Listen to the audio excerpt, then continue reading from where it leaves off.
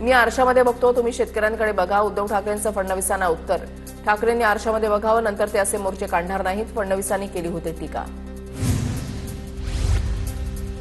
मोर्चामध्ये मनसे सुद्धा सहभागी झाली याचा अभिमान.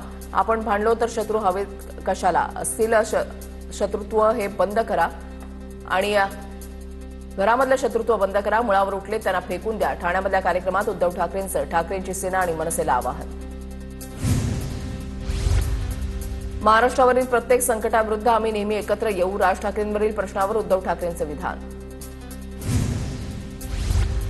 हाच माणूस दगा देणार असं अनंत तरेंनी सांगितलेलं. हेलिकॉप्टरने शेतामध्ये जातो, भाजी की रेडा कापतो माहिती नाही. ठाण्यातून उद्धव ठाकरेंचा उपमुख्यमंत्री शिंदेंवर हल्लाबोल. एखादा दुसरा व्यक्ती मेल्यानं राजकारणांना फरक पडत नाही. जैन धर्मसभेतील केवल्य रत्न महाराजांच्या वक्तव्यानं वादाची शक्यता. कबुतराला शांतता प्रिय म्हणत डॉक्टरांचा मूर्ख असा उल्लेख. धर्मगुरूंनी घराघरात प्रचार केला म्हणून फडणवीस सत्तेत. जैन धर्मगुरू धर्मानंद महाराजांचं वक्तव्य. राजसत्ता पलटवायला आम्हाला वेळ लागणार नाही, धर्मानंद महाराजांचा इशारा.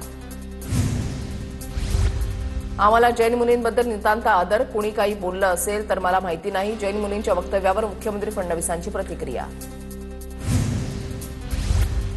सरन्यायाधीशांना बूट फेकून मारणाऱ्या वकिलाची बाजूही ऐकली पाहिजे. कबूतर बचाव धर्मसभेत भारतानंद सरस्वती यांचं वक्तव्य. ठाण्याच्या मुंबऱ्यामध्ये भीमसैनिकांकडून राकेश किशोर आणि अनिल मिश्रा यांच्या विरोधात निदर्शनं. वरिष्ठ पोलीस निरीक्षकांना कारवाईसाठी पत्र दिलं. सरन्यायाधीश भूषण गवईंवर हल्ल्याचा प्रयत्न केला होता.